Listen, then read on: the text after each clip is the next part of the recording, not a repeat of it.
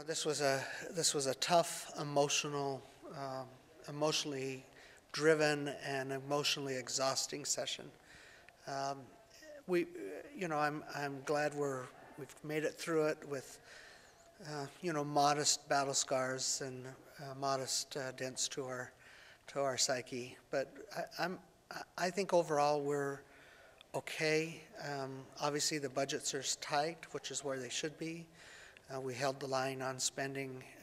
The governor recommended a 3%, budget line, and we came in at 2.9. We did everything we could do to make the budgets as good as they could, but within those constraints. Most of the bills that I thought needed to pass did pass, and some. I suppose there's a few disappointments. I think the school safety bill was a disappointment. I expected a few more gun bills, reasserting our rights and our authority that way, and they didn't make it all the way through the process. They're complicated, and there's a lot of legal loopholes. But overall, I think I think the legislature did a pretty good job of weeding through a lot of stuff. Okay.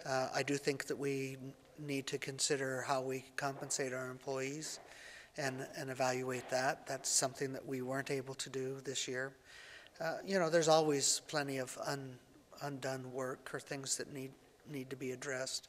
I do think we still have a lot of work to do in the healthcare field, and look at ways to lower costs of healthcare from what the state can do.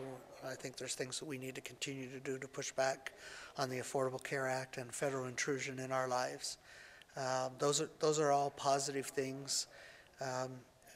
Some of us took a little bit different strategy than others, but we're still united in that effort. And I think you'll see us try to make that more clear and try to unify more together. It's hard to tell what the issues of next year will bring. A lot of it will depend on what the economy is doing and what sequester has done to some of the schools and state agencies.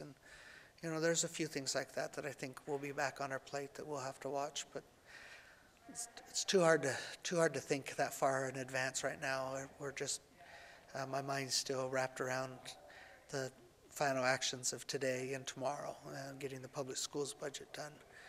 Obviously, we'd like to see a little more money in the public schools budget, a little more in discretionary dollars, and we'll get there. It's just a matter of time.